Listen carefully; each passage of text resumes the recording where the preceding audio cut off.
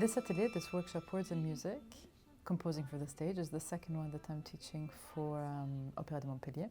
It was kind of an expansion of the first workshop that I did a year ago, which was only for composers. When the Opera House contacted me and we were speaking about the second one, the decision was to expand the collaboration and to think what is unique to an opera house, which involves a collaboration between people who are also working for the stage. This was the birth of the idea of composing a workshop that is not only for musicians, for composers, but also for writers and directors.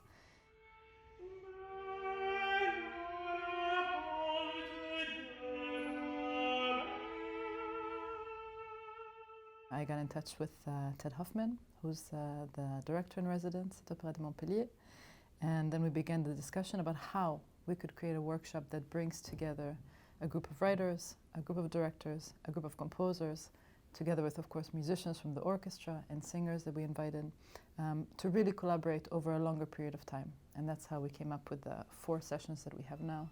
Ne touchez pas. Ne touchez pas. Gardez vos distances.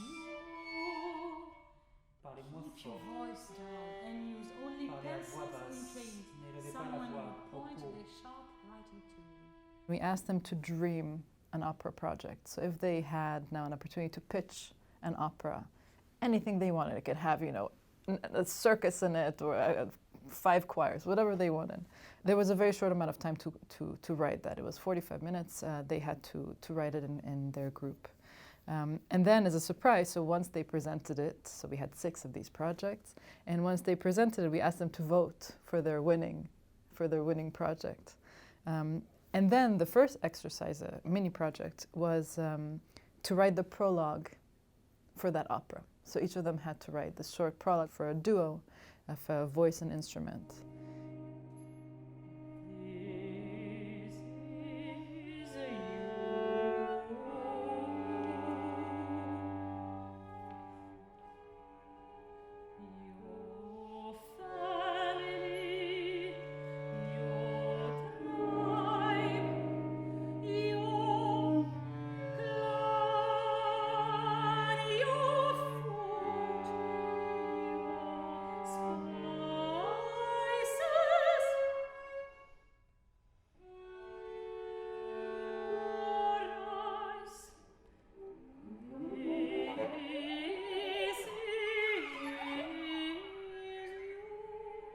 The prompt for the second exercise was to work with the idea of a folk song or a folk text, with this idea of something that exists beyond you, something that exists in an oral tradition as well. The third mini project, which came just a day after, was a reworking of the folk song, but again in new groups.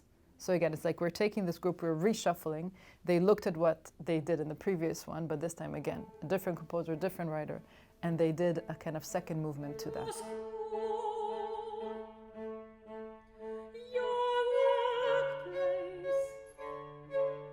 So we got a rather diverse group of pieces, and for the performers, I think it was great fun. It was intense, as it was for the creators, because it was a very short amount of time.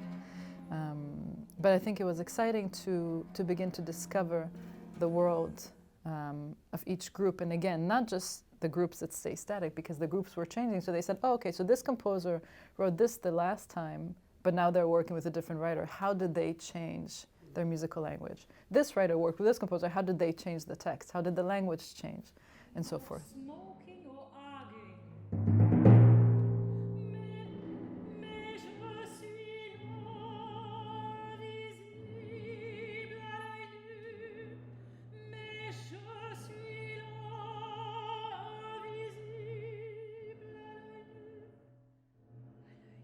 Lastly, in the case of a fire, please follow the signs to the emergency exits. Follow me.